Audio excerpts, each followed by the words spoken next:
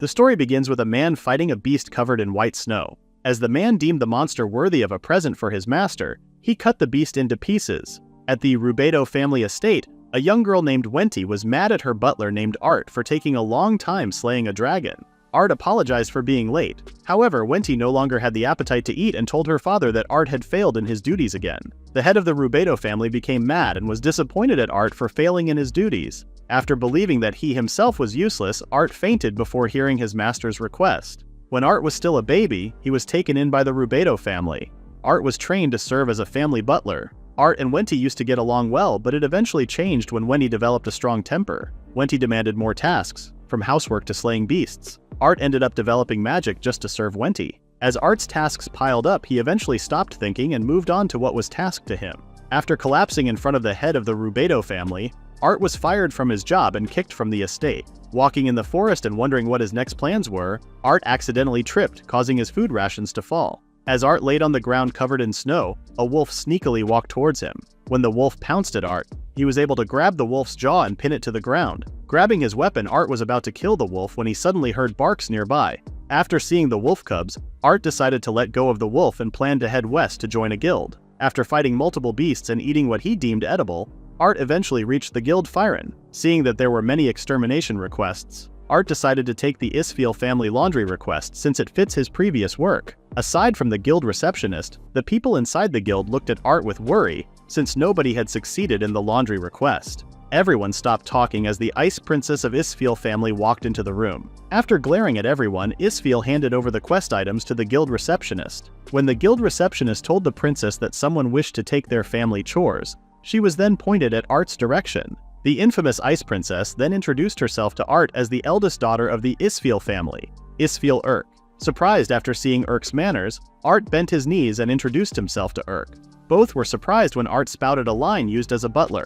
When Urk warned Art that the monster's blood won't wash off easily, Art did not falter as he still wanted to take the quest. When Urk asked how long it would take for Art to clean the blood off, Urk was surprised after hearing Art mention 1 hour. Urk then brought Art to the Isfiel family estate and was told to follow Tet to the garden. Tet then introduced himself to Art as the head butler and wanted to confirm with Art if he is here for the laundry. After following Tet to the garden, Art learned that Urk became an adventurer to prove her worth according to family traditions. Tet also explained that the Isfiel family was a noble house with the rank of Marquis.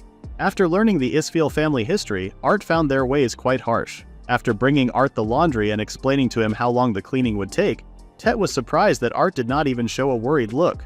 When Urk finally arrived at the garden, he asked Art if there was still blood on her face as he stared at her for so long. Finding Art strange, Urk smiled before bidding Art good luck. Seeing the difference between Wenty and Urk, Art took off his coat and started cleaning the clothes. The other helpers wondered if Art was fine and offered help. However, Art told them he was fine and proceeded to show his magic in clearing the clothes. Urk was amazed as she had never seen such kind of magic before. It was the type of magic that Art developed in doing all of his chores, his very own original domestic magic. Urk found the bubbles that are coming out of the clothes beautiful. After hanging the clothes, Tet and the other helpers were amazed as the clothes looked brand new. Since Tet was curious about what methods Art used, Art asked them if they had heard of slimes, as he explained how the slimes absorb and digest anything they touch. From that same principle, Art created the digestion spell. Art then replaced the digestive fluids with detergent to clean things. The maids found Art's creation ingenious. As Urk stared at Art, he and Tet were surprised when Urk apologized for doubting him. Urk was amazed at how fast Art finished the laundry, while she had made everyone work for as long as it needed. Art was surprised when Urk asked if it was okay to call him again. Triggering a memory he had with Wenty, Art bent his knees and told Urk that he would do whatever she commands. Urk touched Art's face and clarified with him that what she asked wasn't an order but rather a request. Art liked that word request as he was used to being given orders constantly. However, being told of a request gives him the right to decide for himself. Art smiled as he now decides to live for his own life moving forward. Art was surprised when he saw Urk right after he opened his eyes. He then became confused as he wondered where he was. Art was now worried as he couldn't remember why he was on a bed. Art covered his face with a pillow as he was embarrassed after realizing that he was in Urk's room. After being asked by Urk if he didn't remember, Urk explained that Art collapsed after doing the laundry. Art exhausted himself from doing so much laundry. Art couldn't believe it himself that he pushed himself too far using magic alone. When Urk asked if he was okay, Art responded that he was now much better. However, Urk knew Art was lying since he looked so pale.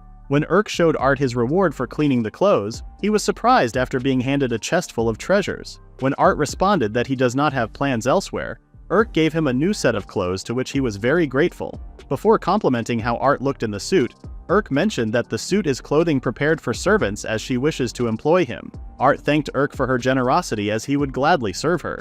However, Urk asked Art to stop with the formalities as they are of the same age. After agreeing to Urk's terms, they then headed for breakfast. Art then whispered to Tet, asking him why Urk was acting so nice. Tet assumed that Art had heard of the rumors circulating in the guild. Tet then explained why Urk was known as the Ice Princess.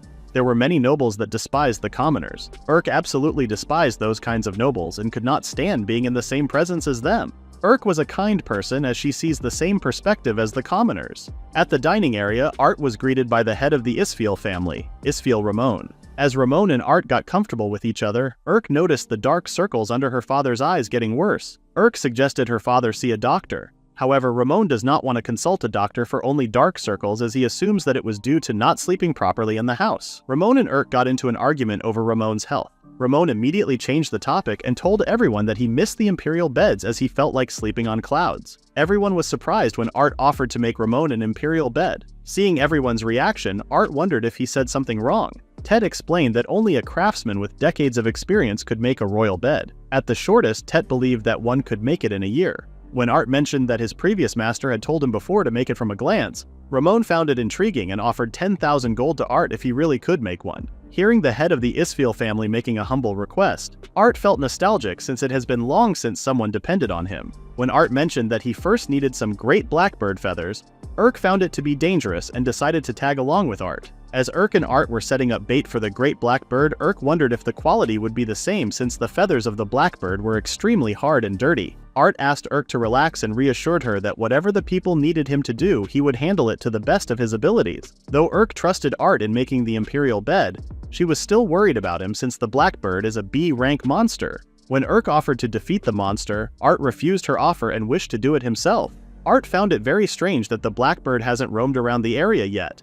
After hearing the great blackbird's roar, the two realized that the blackbird was above them. As the blackbird broke their cover, Urk tried protecting Art from the monster.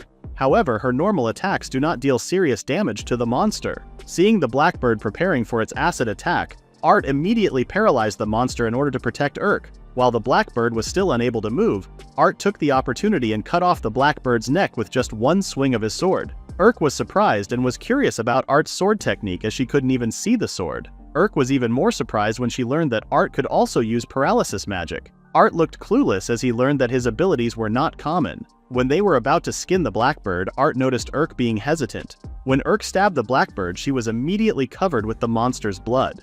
When asked if that was the reason why she always gets covered with blood, Urk asked for Art to be quiet about it.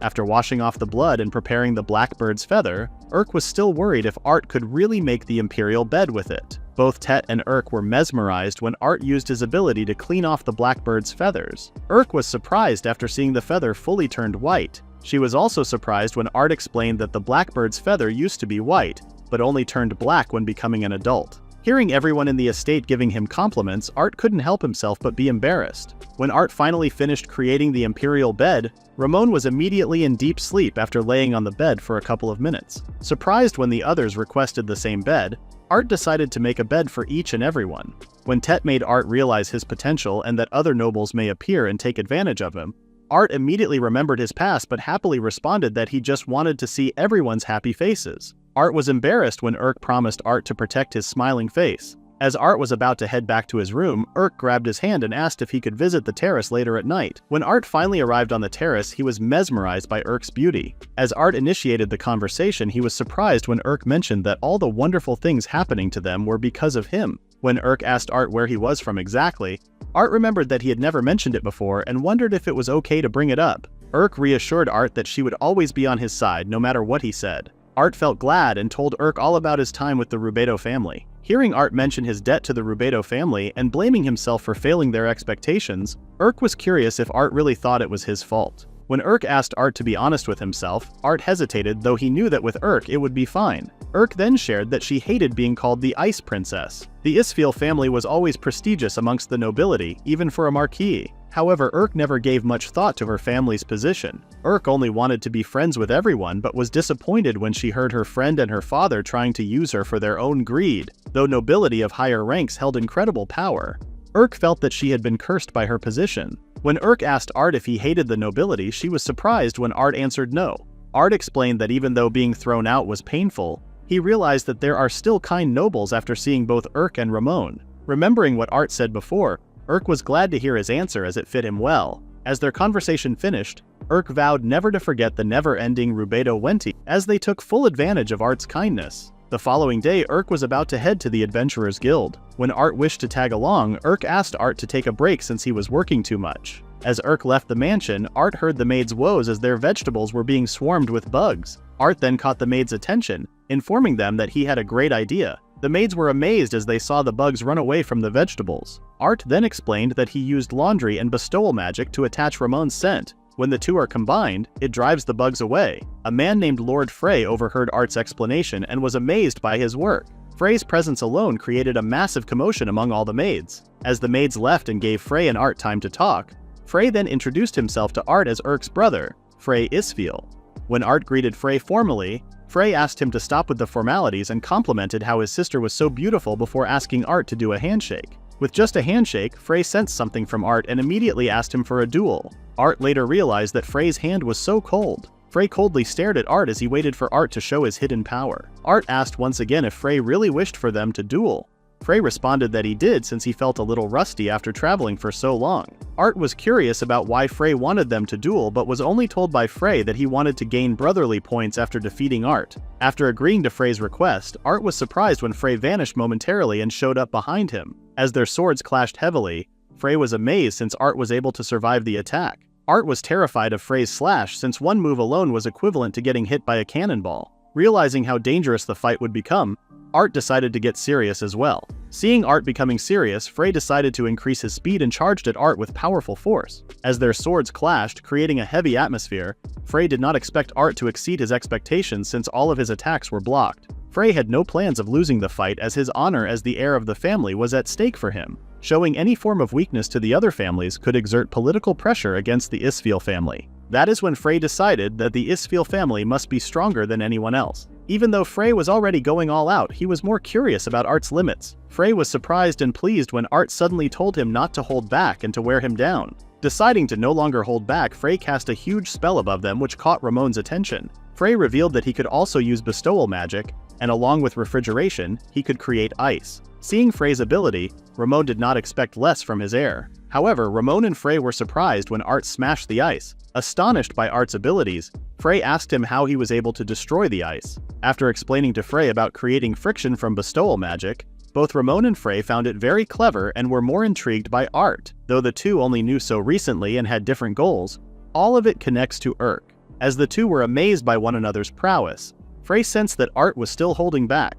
Frey shared that he was still using 70% of his power, and that moving forward he was about to get serious. In the distant past, during the war between gods and titans, a titan known as the Great Wolf amassed fathomless power in a bid to destroy the gods. With one decisive blow, its jaws rent the earth asunder and devastated the world. Releasing his powerful technique that showed a massive wolf covered in ice, Frey couldn't believe it when his powerful technique was defeated by Art's single swing. Art, who has become one with his technique, destroyed and defeated Frey's technique and transcended the limits of human reason. As their swords each reached their limits and broke, the two had totally different reactions. Frey laughed and admitted his defeat. He realized that Art was really a good guy for targeting the blade of his sword to not injure him. When Tet finally found them, Art was shocked to learn that Frey was a royal knight. Frey reintroduced himself again as the first chair of the Royal Knights Magic Academy and the vice captain of the Royal Knights. Frey then asked for Art to be silent about the secret, revealing that Frey was basically already the captain, and only the king and the Isfiel family knew of it. At the Rubedo household, Wenti was making her usual ruckus. As she wondered where Art was and why her father had fired him,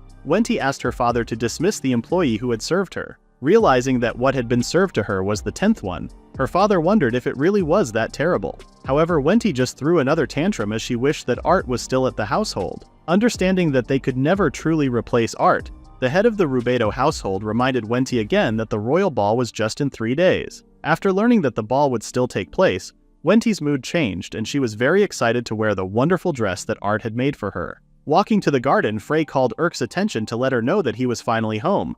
However, instead of being happy, Urk found it annoying. Frey was disappointed when Urk greeted Art instead and asked him about the request that he had handled. Seeing Urk compliment Art and giving him such high regard, Frey was annoyed and asked Art for another duel. Hearing Frey's words, Urk assumed that Frey was bullying Art. Even though Frey tried explaining to Urk, he immediately felt defeated when Urk told him she hated him. When Ramon finally arrived, he asked Frey to apologize so that the issue would end. Frey then mentioned that he had a message to deliver. When both Urk and Ramon asked if it was regarding the event, Art was curious and wanted to know what they were talking about. After explaining to Art about the royal ball, Urk shared her displeasure at being forced to attend the ball. Unfortunately for Urk, her presence was requested by the Duke, which meant that she had no choice. Both Frey and Tet apologized to Urk as they could not attend the ball with her since they were busy with their own tasks. As Ramon wondered who could attend the ball with Urk, everyone's attention was immediately drawn to Art. When Urk mentioned that she would go if Art was coming with her, Tet was in favor of Art going as he was the perfect fit to be Urk's bodyguard and a representative for Frey.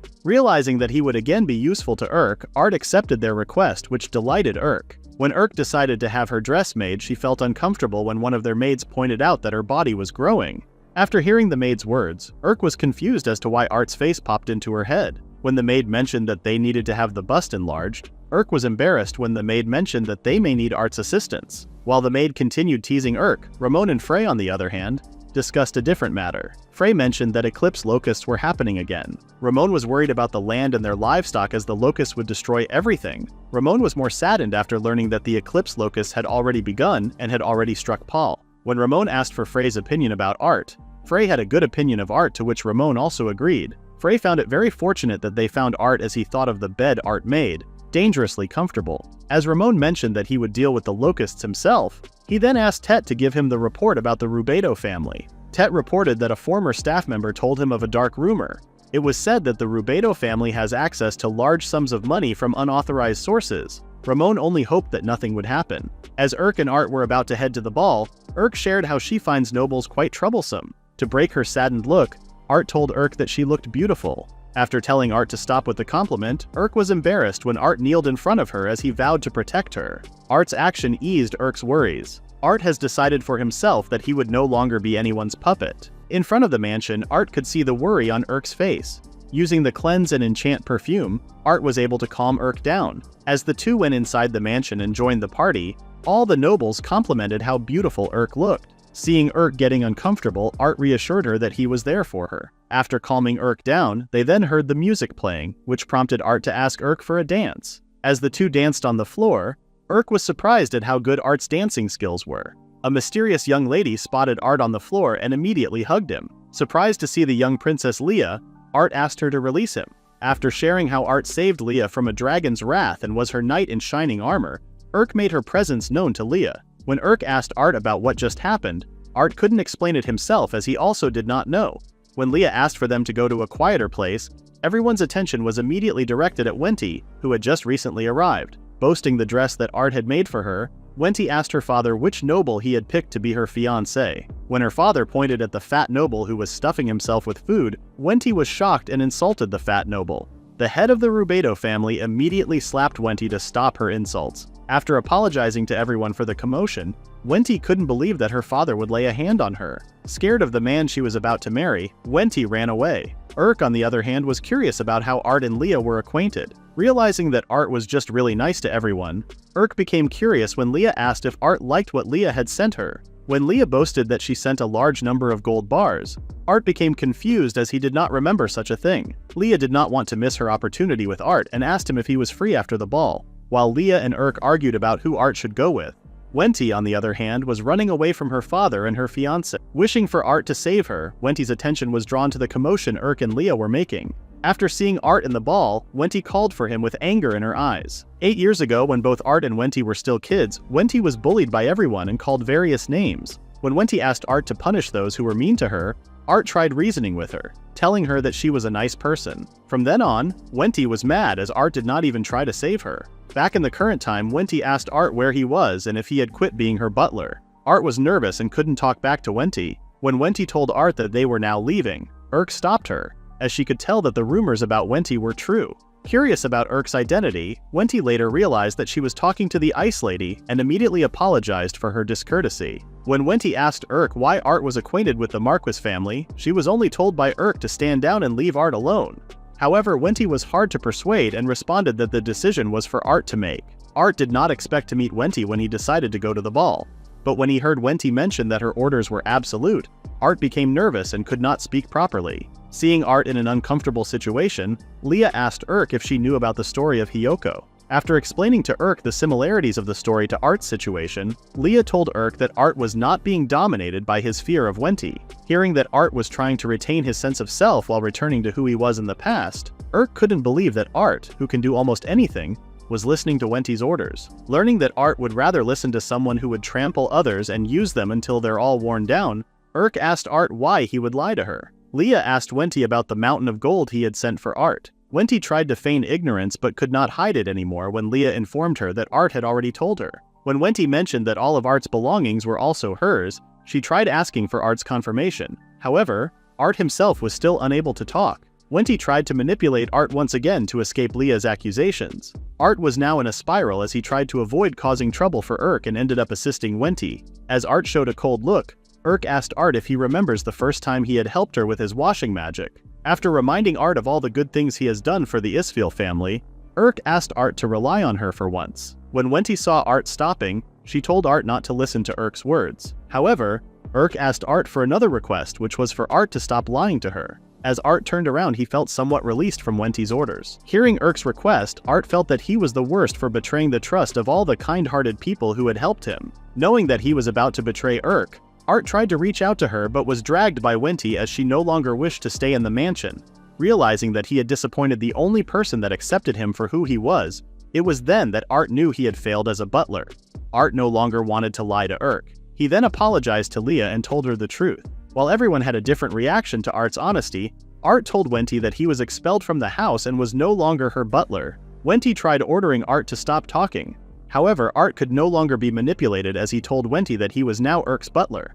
Wenty froze as Urk told her that she would intervene if she plans to make Art do anything else. Wenty wanted to retaliate but instead threw a tantrum as she had thought that Art was always her butler. Leah reminded Wenty that their matter was not yet settled, and for her impudence towards the kingdom she would be punished right now. Hearing that her father and the other houses were escaping, Wenty told Art that she would not forget the embarrassment that she received before leaving. However, she embarrassed herself even more after stepping on her own dress and falling over. While everyone's attention was directed at the nobles who left the party, Art was surprised when Urk hugged and welcomed him back. Their moment was broken by Leah when she mentioned that she did most of the work. The two then continued with their argument but were abruptly stopped when Urk was told that terrible news was about to land towards her home, as a large number of black bats were approaching. Art was introduced to Peters, the guildmaster. After their introductions, Peters then told everyone that they shouldn't be too relaxed, as the locusts were much more dangerous than they think. Peters revealed that 20 years ago, the locusts started getting imported to a famine-struck kingdom. Because of their black and hard shells, the locusts do not die easily. Art remembered in the royal capital books that there was a swarm of between 100 million to a billion locusts. After sharing that the other cities had already been decimated, Ramon knew that there would always be a substantial amount of damage. However, Peters told them that this time was different, as there are now around 500 billion locusts. Surprised to learn the actual numbers, Ramon and Tet guessed that the pure Queen Batter's manifestation has shown up. Urk was confused about what they meant. Peters explained that black ones are the common ones while the white and large ones are what they call the pure. Knowing that it was ranked as the most dangerous, Peters wanted to defeat the pure right away, but was hesitant since its power was strong enough to destroy a whole country. When Tet asked how long they have until the pure arrives, Frey was surprised and now worried when Peters told them that the pure would arrive in 1 week. Another problem for them is that if the swarm would continue to take the exact route, then the royal capital Drad would eventually end up getting attacked. When Art offered a suggestion, Peters was doubtful of Art but was supported by Urk and Ramon as they wished to know Art's suggestion. When Art showed them his lemon water and explained that he could apply bug-repelling magic to it, Peters thought of it as a joke. However, they were all surprised when the maid shouted that it was because of the lemon water that the bugs stopped approaching her even though she didn't take much of it. Art then reassured them that if all things went according to plan, the lemon water could buy them time for the next 2 days. Learning the effectiveness of the lemon water, Peters asked Art if he could really do it. Art reassured everyone that they could leave it all to him. Art was confident that no matter what happens, he would protect the Isfeel family. Urk was now more amazed by Art on how he could stand up for anyone. When their meeting finally ended, Urk took a bath and thought that Art gave all of his power for her sake,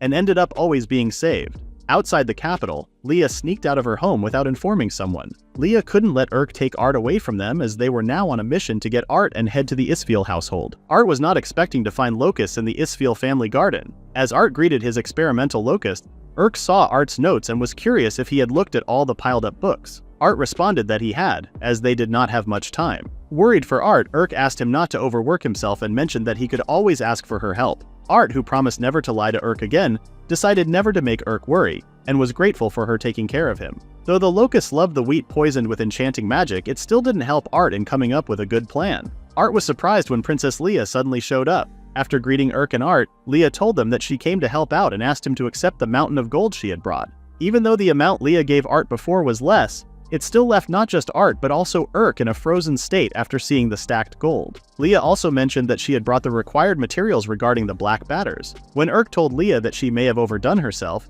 Leah was annoyed as she somewhat boasted that what she had brought was not yet much. When Leah asked Art for his response, Art was confused and asked what response she meant.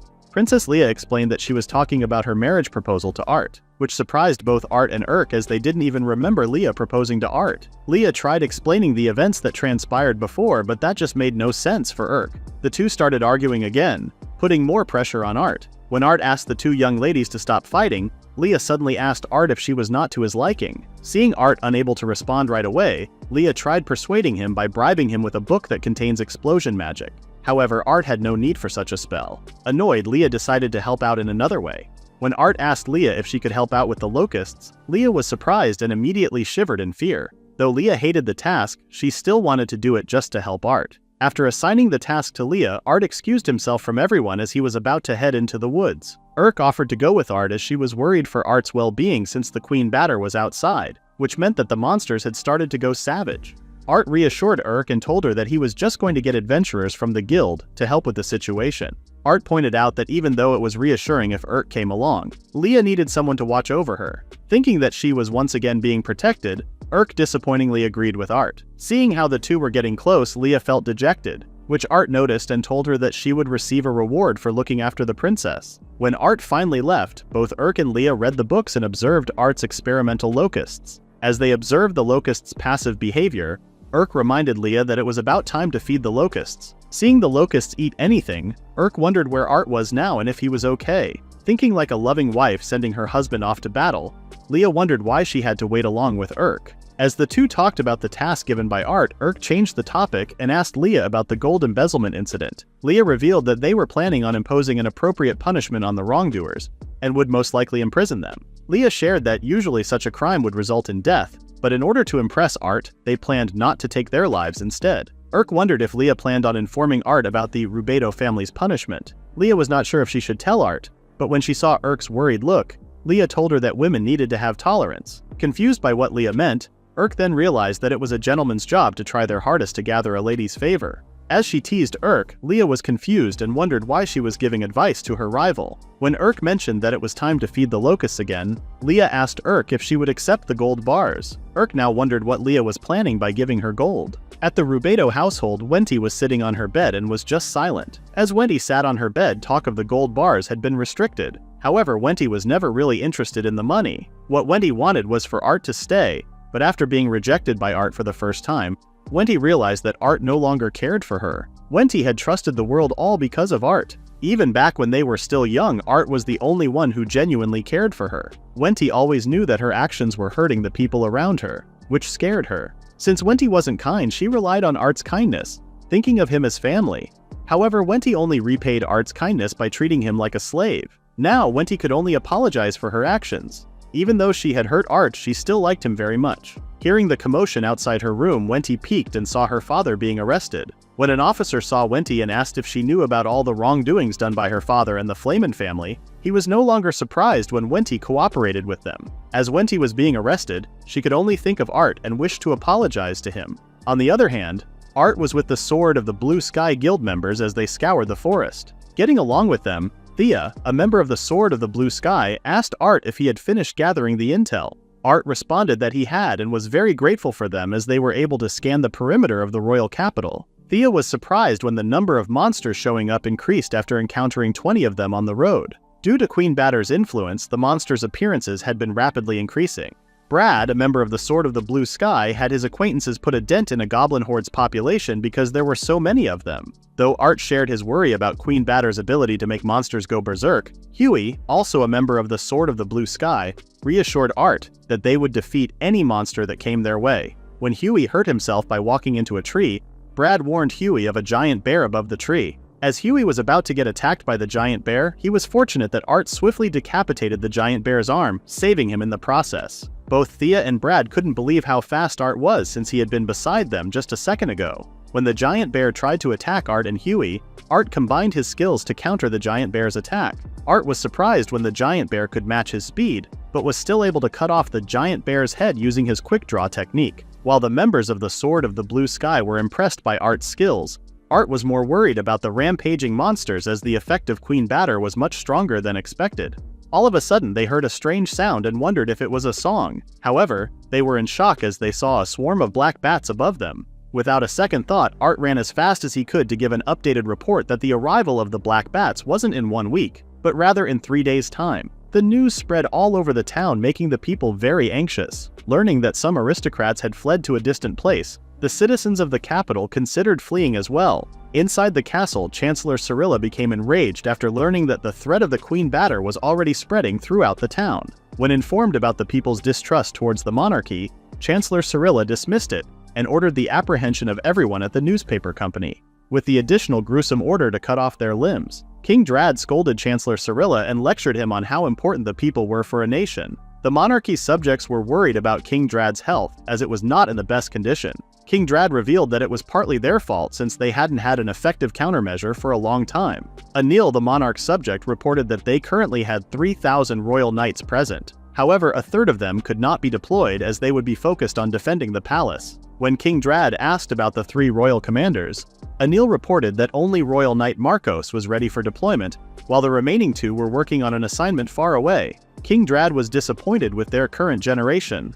As the Drad household had fought numerous demons and helped develop the country, King Drad did not expect that a single monster could endanger a whole nation. While King Drad was making every effort for the sake of the nation's future, he noticed that he hadn't seen Leah and wondered about her whereabouts. After Anil reported to King Drad what Leah had done, the king became worried about Leah's well-being. At Art's laboratory, Art was surprised to see Locust 1 glowing. It was then revealed that Leah gave a gold ingot to the Locust just for fun. When they saw the outer shell change, they were somewhat persuaded by their greed to feed it with more gold. As Urk and Leah trembled and apologized to Art for what they had done, they were surprised when Art suddenly hugged and thanked them for their work.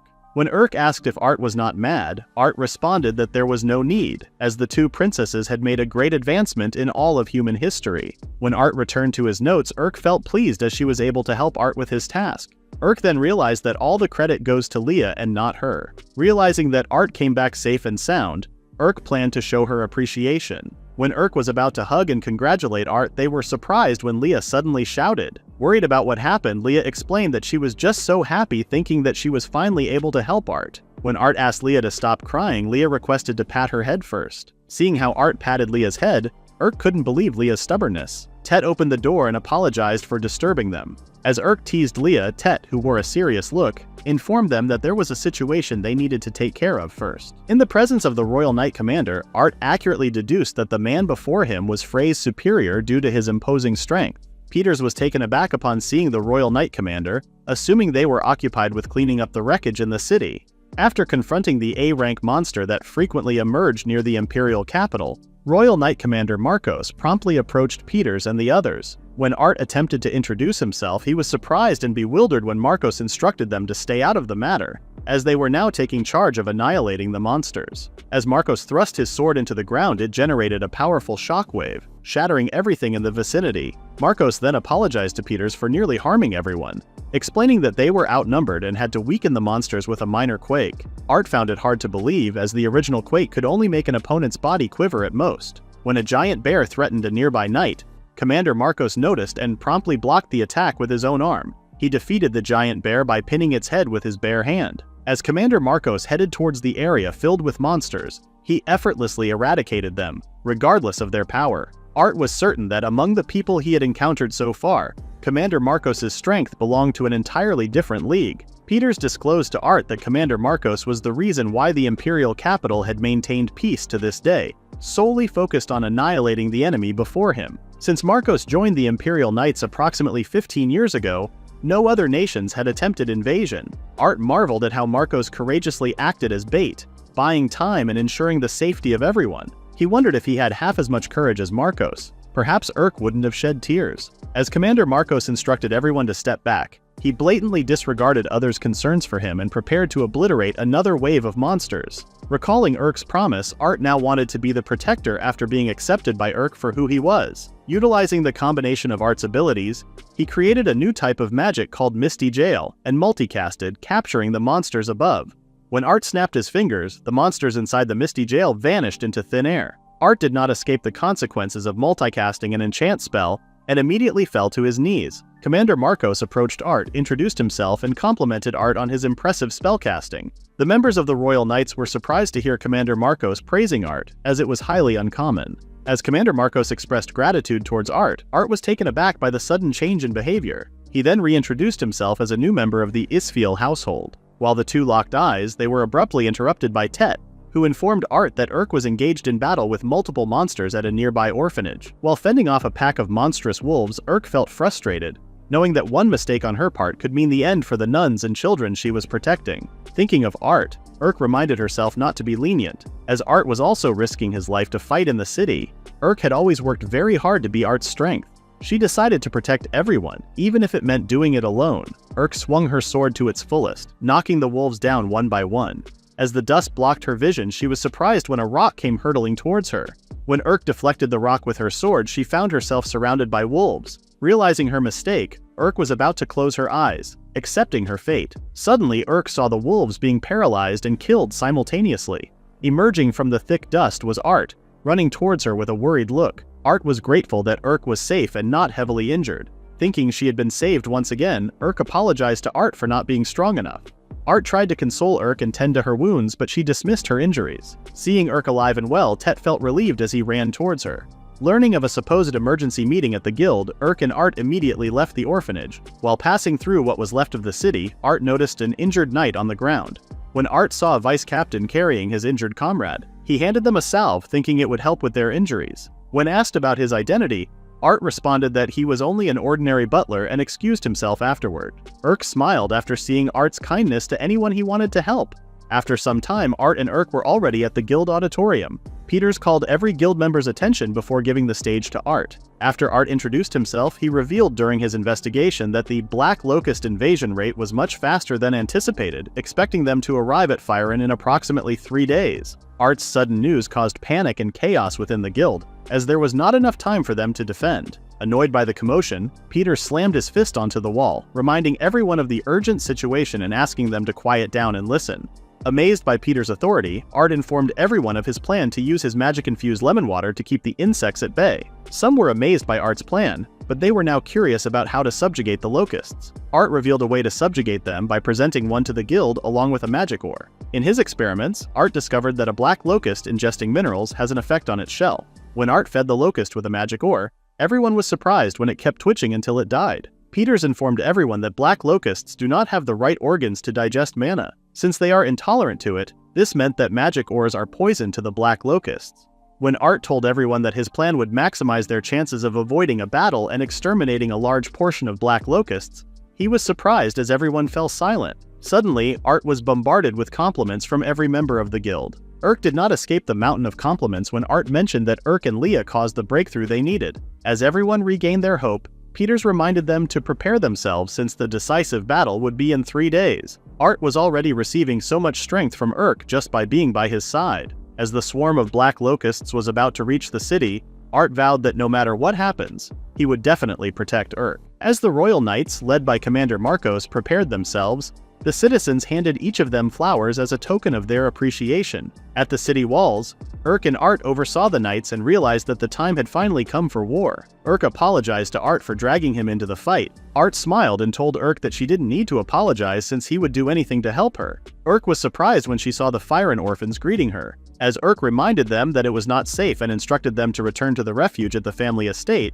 She felt glad and happy when the orphans handed her a good luck charm. The nun then explained that the children could no longer be stopped as they wished to give Urk the charm. Urk hugged the children and promised them that they would play again once she comes back. Since the war council was about to begin, Urk asked the kids to return to the estate. Seeing how sweet the kids were, Art was confused when Urk found it a miracle seeing them laugh now. Urk explained that the kids were disaster orphans and victims of abuse, abductions, and monster assaults. Urk personally supported their orphanage as it was experiencing some financial difficulties. Remembering how she first met Urk, Art was sure that the kids were glad meeting Urk. Their conversation was cut off when the Order of Knights arrived and the War Council was about to begin. As Peters explained their plan, he then introduced the leaders to everyone, starting from Urk as the Outlook Squad leader, Commander Marcos as the Diversionary Squad leader, Art as the Ambush Squad leader, and Ramon for the rearguard sweepers. After the War Council for the decisive battle had ended, the knights ate, drank, and enjoyed their night before the war began. Seeing everyone having fun, Urk revealed that it was Peter's treat as he told everyone that it might be their last day. Art noticed that Frey looked like he was in a rush after they talked to him. Urk responded that Frey was headed west with the rest of the cavalry unit. Art was somewhat reassured after learning that Ramon and Tet were participating in the war since they were once former high-ranking adventurers. When Urk mentioned how dangerous the Queen Locust was, Art stood up and grabbed Urk. Art told Urk that there was a place that he wanted to show her. Urk was confused when Art brought her to a crystal firefly breeding ground. Knowing that they had different roles, Art apologized to Urk for not fighting side by side. When Urk asked Art if he was going to single-handedly defeat the Queen Locust, Art was caught off guard and responded that she was correct. Knowing that Art would defeat the Queen Locust no matter what, Urk grabbed Art's clothes with worry. Art asked Urk if she still remembered what they talked about on the terrace. Art expressed how happy he was when Urk accepted him for who he was. Art wished that he could be by Urk's side during her happy days, as it was the first time he genuinely felt like he wanted to protect someone. Urk was surprised when Art suddenly hugged her and apologized for making her worry. Art mentioned that he was a butler, and it was his life's purpose to do his very best for his master even if it would cost his life. Surrounded by the crystal fireflies, Art promised that he would return to Urk by her side. The feelings Art kept close to his heart ignited a flame of hope in his chest. Art hoped that Urk might be blessed with overflowing happiness with his determination as a butler. It was thanks to Princess Leia, who prepared large quantities of magic ores and wheat flour, that the subjugation of the Black Locust was a huge success. Now, the remaining task for Art was to finish off the last few. The members of the guild, along with their guildmaster Peters, were handling the Black Locusts. Ramon and Urk noticed the smoke signal and hoped that Art would finish off the Queen Locust. Art, hiding in the bushes, saw that everyone had succeeded in dividing the Locust's numbers. Knowing that all he had to do was defeat the Queen Locust, Art remained cautious, aware that attempting to break through with magic would be futile against the wall of Black Locusts. Wishing that the people who had supported him were by his side at the moment, Art knew it was not possible, and that he had to do it by himself. As the Black Locusts slowly dispersed, the Queen Locust revealed itself, alarming both Art and Peters. Surprised, Ramon immediately instructed everyone to get down. One attack from the Class S Queen Locust wiped out a large portion of the forest, and the explosion reached the kingdom. Covered in rubble and piles of rocks, the knights immediately alerted the medics as there were many wounded. Art, who did not expect such power from the Queen Locust, hoped that everyone was okay and had survived the attack. Art was surprised when he could no longer see the Queen Locust in the sky. Everyone was frozen in fear as huge monsters now appeared in front of them. Seeing such dangerous monsters made Art think that the giant bear and the other monsters that showed up in the raid were nothing more than the Queen's test runs. As Art pulled his sword, he vowed to save everyone with his own hands. Inside the home of the Imperial family, Leia reassured King Drad that everything was fine.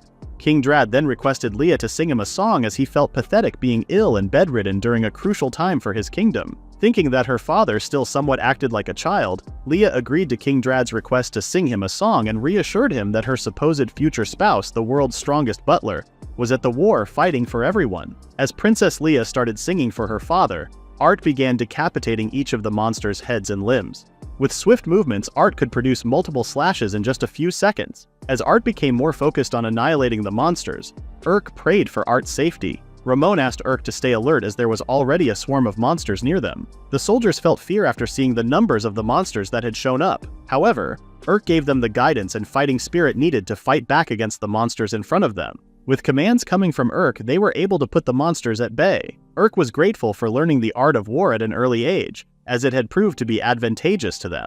Ramon was glad that Urk stayed in the fort with them, but when Urk responded that it was her wish to stay, Ramon asked her why she was lying. Confused at what Ramon was talking about, Urk received wisdom from Ramon and was told that the most important thing was to look within herself and never lie about her own feelings. Ramon and Tet asked Urk to follow her heart and leave the defending to them. Urk's wish was to protect her beloved city and its people. To make that wish come true, Urk gave everything she had. However, she knew that she did not possess the strength like the veteran warriors.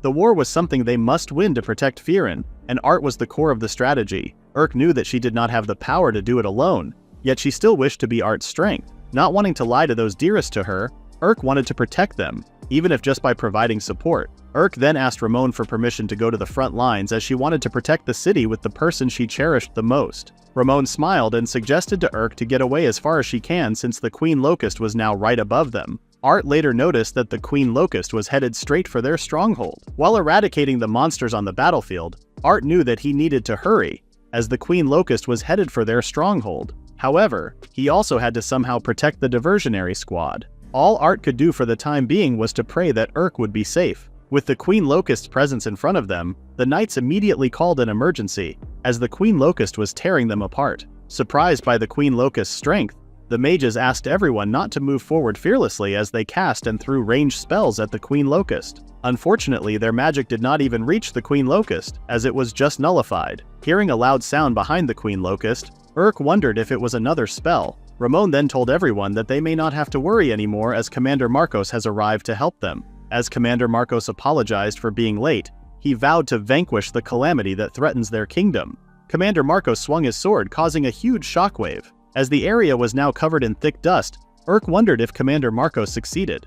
However, she was surprised upon seeing Commander Marcos being impaled. As Art was getting tired of killing the monsters, he still couldn't decide if he had to leave the diversionary squad. When a monster was about to hit Art, he was surprised and fortunate that Peters came to save him. When Art heard a familiar voice, he immediately turned around and saw Frey along with the other royal knights. Realizing that what Commander Marcos had told them before was correct, Frey instructed the knights to prepare themselves as they were now going to join the war. While Peters, Frey, and the rest of the royal knights handled the monsters on the battlefield, Art was told to head over to the Queen Locust. Art was still unsure if it was the right idea, but Peters gave him an order to go as he does not want to look after a kid like him. Frey then reminded Art of how powerful his primordial magic was, and that he was no longer needed on the battlefield. As the other members of the guard were slowly showing up, Peters told Art that he was not fighting alone and that he was not the only one fighting and protecting the city. After observing his surroundings, Art finally realized Peters' words and agreed to head to the Queen Locust and fight alongside the person he cherished the most. Determined to defeat the Queen Locust, Art, along with everyone else, promised that they would come back home alive. While Art ran as fast as he could to the Queen Locust, Urk herself was the only one left standing and fighting the Queen Locust. Finally experiencing the power of an S-class monster, Urk knew that a moment of hesitation could mean death. Though she was gambling with an uncertain outcome, Urk did not care as she had made up her mind to fight and protect the kingdom where her cherished ones live. Hitting the Queen Locust with all the strength she had, Urk promised to never surrender. When the Queen Locust countered her attack and threw her off balance, Urk was becoming frustrated as she still wanted to fight and did not want to lose. While remembering Art's smile, the Queen Locust took the opportunity and attacked Urk while unable to defend. Fortunately for Urk, Art arrived just in time to catch her while blocking the Queen Locust's attack simultaneously. As Art apologized for being late, Urk was surprised and curious why Art was at the stronghold. Urk's tears ran down after hearing that he came to serve her as her shield as it was a butler's duty. When the Queen Locust tried attacking Art's back, Art immediately noticed it and cut off the Queen Locust's limb. He then asked Urk to defeat the Queen Locust together. Urk cautioned Art that approaching the Queen Locust casually was risky, as its preying arms had the power to nullify magic. Art directed Urk to strike the Queen Locust when an opening appeared, while he attempted to create a path. Despite the Queen Locust's multiple slashing attacks, Art successfully blocked them all while steadily advancing. When the Queen Locust seized an opportunity to strike Urk with a powerful attack, Art foresaw the move and evaded it. Taking advantage of the Queen Locust's missed attack, Urk seized the opportunity and delivered a solid blow to the Queen Locust. Urk marveled at Art's incredible skill, disrupting the Queen Locust's rhythm with just a feint. Enraged, the Queen Locust charged at them. Art capitalized on the Queen Locust's rampage, reading its movements with precision. Observing Art and the Queen Locust simultaneously attacking and defending, Urk was amazed at the equal exchanges, thinking she would find another opportunity to strike. However, Art and the Queen Locust's battle surpassed her comprehension. During their clash, the Queen Locust summoned a swarm of black locusts as their weapons clashed. Recognizing the Queen Locust's momentarily lowered guard, Art swiftly used his skill, air-rending wave to disrupt the Queen Locust. As thick dust covered the area, Art decided to charge at the Queen Locust. Fortunately, he spotted the Queen Locust's attack and dodged just in time. Urk was surprised that the Queen Locust still had a move up her sleeve, feeling an immense fear and questioning if it was just an illusion. Art warned Urk of an impending threat, and she trembled with fear. When the Queen Locust revealed a new form, Art and Urk became more cautious, anticipating its full power. Art signaled Urk about an incoming attack and leaped to dodge the beams from the Queen Locust.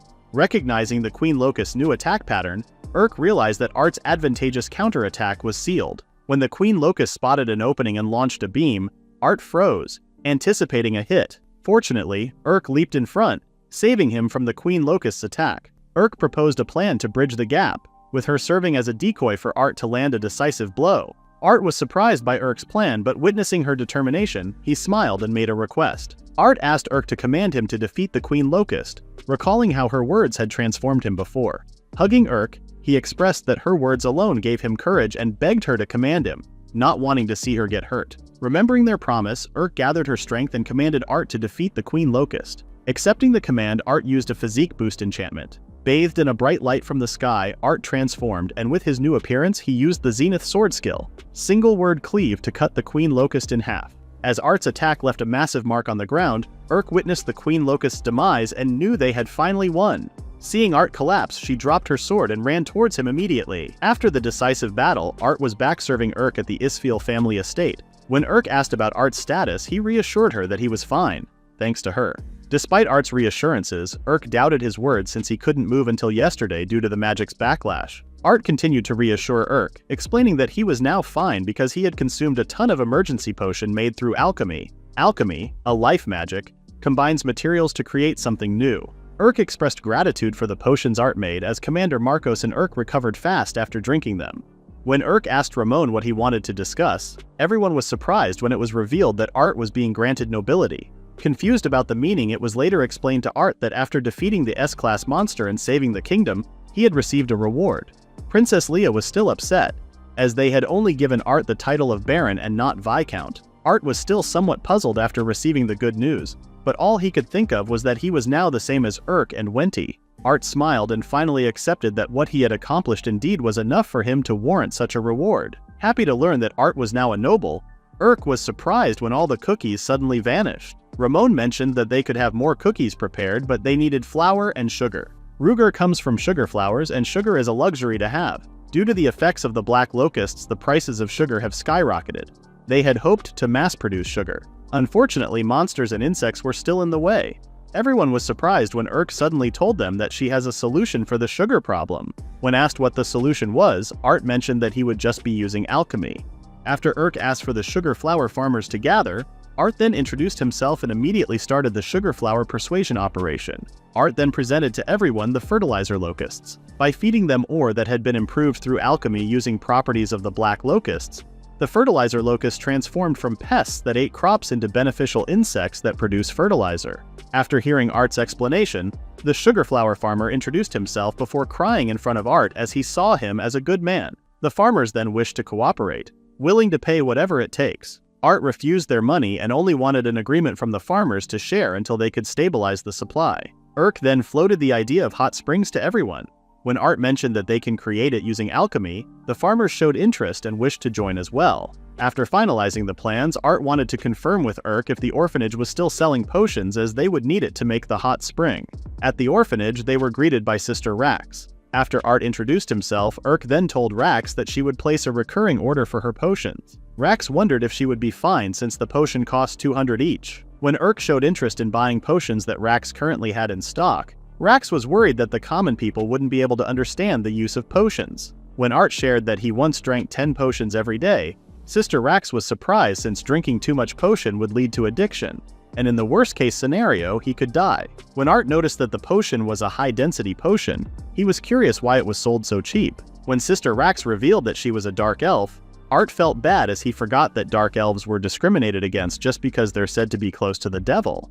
When Sister Rax mentioned that merchants would say that products made by dark elves were disgusting, Urk was annoyed after learning what Sister Rax was going through and asked for the names of the merchants, so that she could teach them a lesson. The kids in the orphanage called for Sister Rax's attention as they were now hungry and complained that there was another leak in the roof.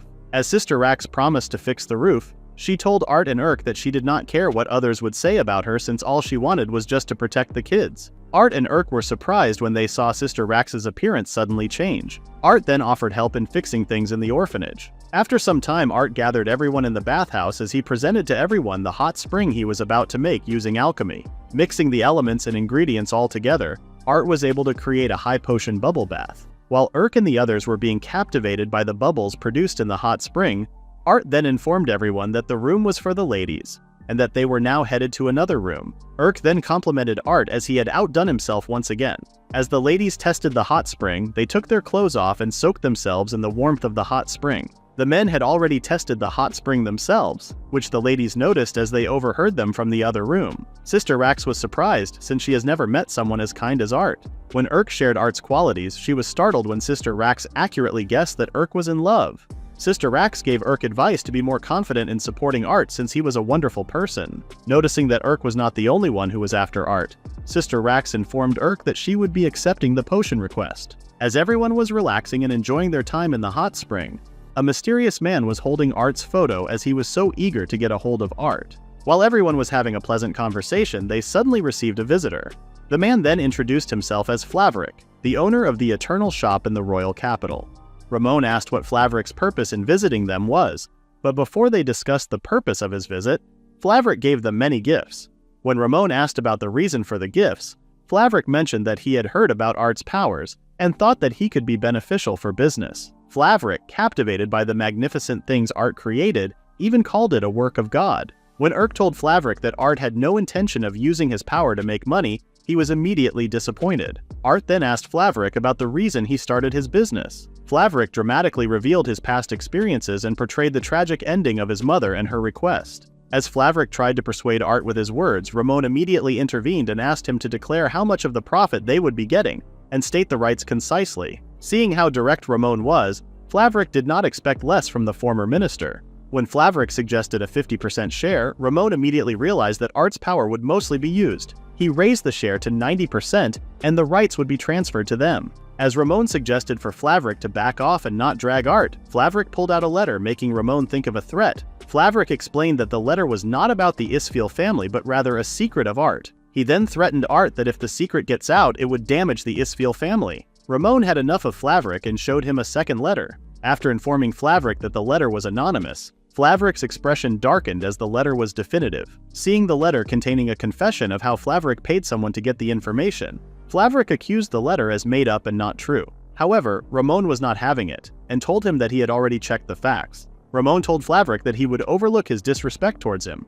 But for threatening Art, Ramon asked Flaverick if he wished to be eradicated along with his entire clan. Flaverick immediately bowed down as he accepted his defeat. Thinking that Art was almost dazzled by his magic, Flaverick was surprised when Art was glad that Flaverick's mother was still alive. As Art empathized with Flaverick, Ramon strictly told him not to easily forgive those who have wronged him. Art knew that being lied to hurts, but he knew that people who will be treated kindly can only feel truly forgiven. After Art read the letter, he told Urk that he immediately had to go to the capital. Art knew that there was only one person who knew his information. As he knocked on the door, Art greeted Wenty in his room. Curious as to how Art found him, Art revealed that it was Flaverick.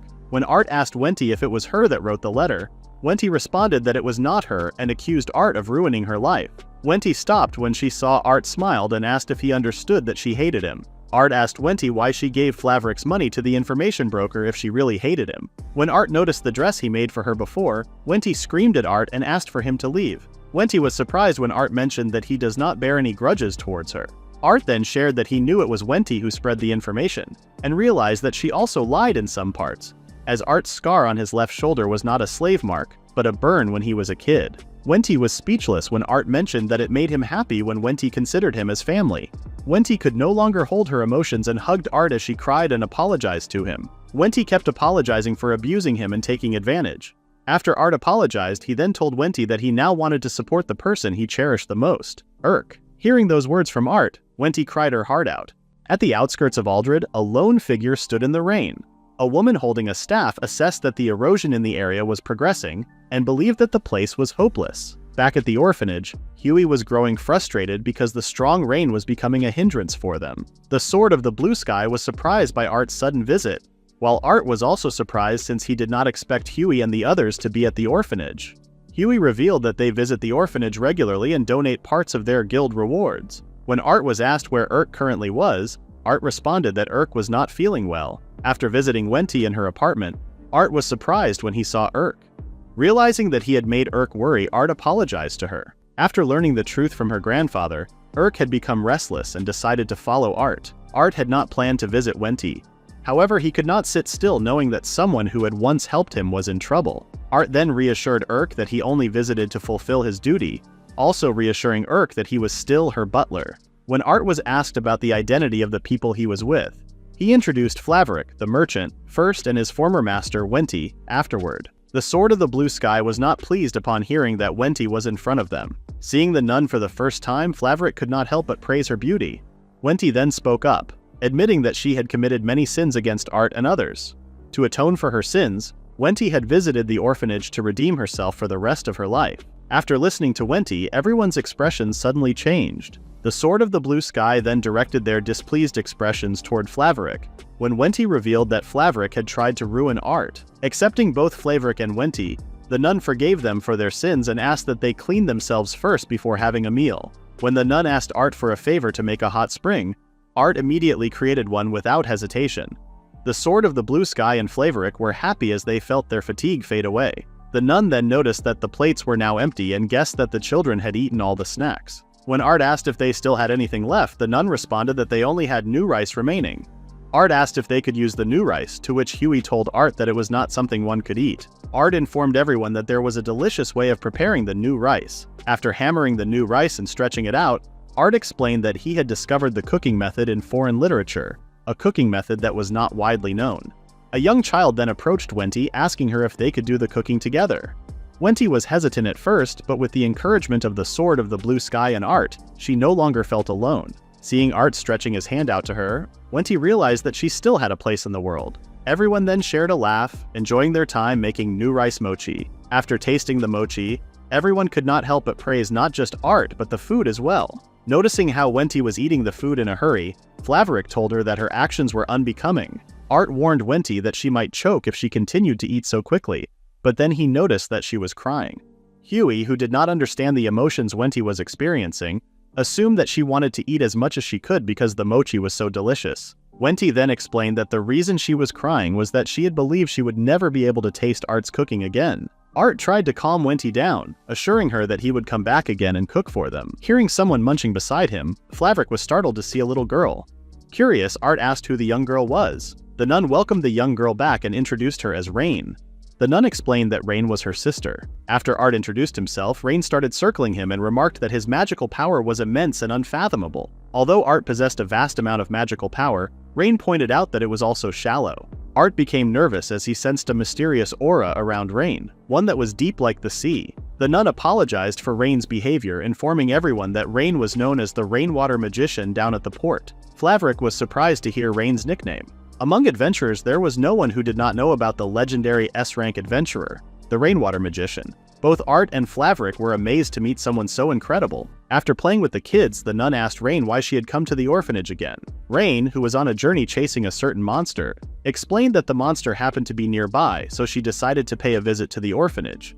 When Art asked Rain what monster she was chasing, Rain responded that it was an X-Wood. While Art had no clue what an X-Wood was, Flaverick, on the other hand, felt that the name sounded familiar. When Wenty commented that they should leave the monster alone, she felt insulted when Rain called her a peace junkie. As Flaverick finally remembered what the X-Wood was, a kid interrupted their conversation, announcing that he had found something weird. When the nun noticed the seed the kid was holding, she mentioned that she did not remember planting a seed in that spot. Examining the seed herself, Rain identified it as the seed of an X-Wood. A looming new crisis is starting in the Yukewood Gorge country, as confirmed by the emergence of the giant tree. The giant tree emerges across the continent, and the nearby cities of the Drad Kingdom issued emergency evacuation orders due to the tree's rapid growth. As Art, Rain, and the others went on a journey, Rain then warned Art that he might get some stomach pain since the magical essence of the forest is quite dense. Hearing the grumbling sound of Rain's stomach, Urk then offered Rain some rations. When Frey asked about the situation, Frey was informed that the treeification had been confirmed in all nearby cities, and monster sightings were being reported in the vicinity. Art still could not believe that the forest they were in used to be a city. Rain then responded that it was all because of the X-Wood, as it is spreading its damage far and wide. Rain then told everyone that an X-Wood is an S-rank monster that has existed since ancient times. The monster parasitizes trees and other monsters, attacking people along its path. The X-Wood is also Rain's archenemy for the last 436 years. The group then found an X-Wood seed along their path. At the center of the continental treeification, there is said to be an X-Wood seed. Looking closely at the seed's roots, everyone saw how the roots were extending in a certain direction. The group then theorized that the place they were in was the X-Wood stronghold. The captain then mentioned that odd reports were coming in that several people found themselves outside of the forest without even realizing it. Even though the phenomenon was indeed strange, the group was still relieved that there were no casualties among the personnel. Art was starting to worry as he could not explain why there was so little damage when they were up against a dangerous monster. Art then shared his theory with everyone, thinking that the X-Wood's objective might not be to invade them. When Art mentioned how he preferred that no one would fight, Rain suddenly cast an ice needle near Art and informed Art that monsters must be destroyed with no exceptions. Art did not agree with Rain, as he did not see the point in destroying something without hostile intent. Art was then told that his softness and sentimentality would not save anyone. While Urk was trying to make Rain understand Art, they were interrupted by Frey, informing them that they should brace themselves. In just a matter of seconds, the whole place was then covered in thick mist. Based on the reports, the last memory everyone had was the mist descending. Worried for Urk, Art then informs Urk to stay close to him. Seeing how brave Urk was, Frey praises her for it. However, Rain notices something and uses magic to attack Urk. Shocked, Frey asks Rain what she was trying to do. Rain then tells Frey to open his eyes clearly, as the silhouette he believed to be Urk is an X-Wood. Everyone then realizes that they've been separated, as they are now individually facing an X-Wood. When Frey mentions that they've fallen for the X-Wood's trap, Rain responds that it is actually the opposite, as it saved them the trouble of searching for the X-Wood. With one spell from Rain, she wipes out all of the monsters that were in the mist. Witnessing the power of a legendary S-rank for himself, Frey guesses that his expertise may not be needed after all. Meanwhile, Art has also swiftly eliminated the monsters. Art observes the monster and realizes that an X-Wood seed is on the monster's head. Art is able to tell that the monsters are just trying to intimidate them, but since there is no end to the monsters, Art then hurriedly looks for Urk. As Art wonders if he and the others are okay, he accidentally stumbles upon a huge tree. Art becomes confused as he does not remember seeing the tree before. All of a sudden, Art hears a voice informing him to leave. Revealing itself to be a huge wood-like creature, the X-Wood warns Art that if he does not leave, then he will pay the ultimate price. Seeing the X-Wood up close, Art is still surprised that it can speak their language. Sensing a lack of resistance from the X-Wood, Art decides to remove his hand from his sword. As the X-Wood is about to attack Art, it suddenly stops and asks why Art does not resist. Art believes that the X-Wood does not want to attack or kill their people.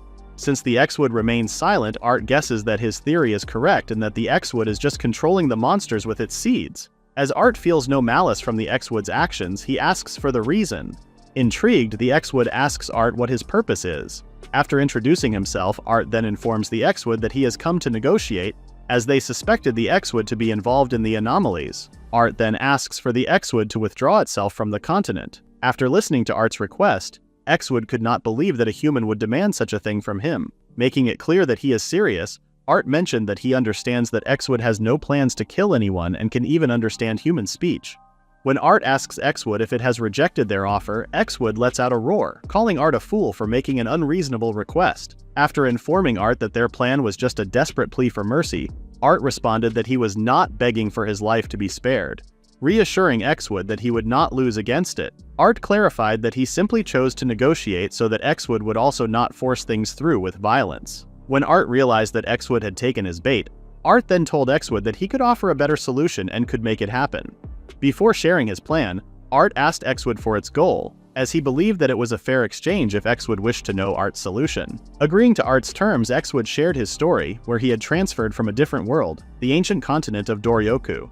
In X-Wood's world, the balance was broken by war, which made X-Wood decide to transfer through the spirit tree, Falbrav.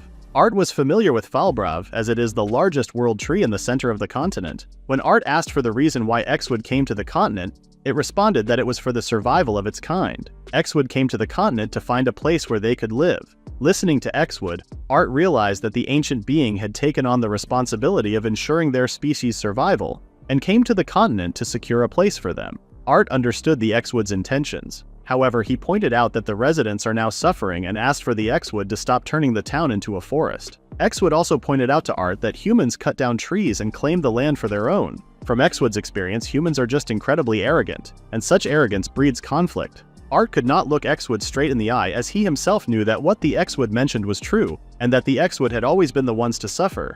Art still wishes for their two species to coexist and to end their endless fight. After informing Xwood that it cannot get what it wants by just arguing, Art then asks that they search for a way for them to live together. However, the Xwood only felt insulted after listening to Art, thinking that Art does not understand its suffering and hatred. Left with no other choice but to fight, Art then drew his sword and slashed parts of the Xwood.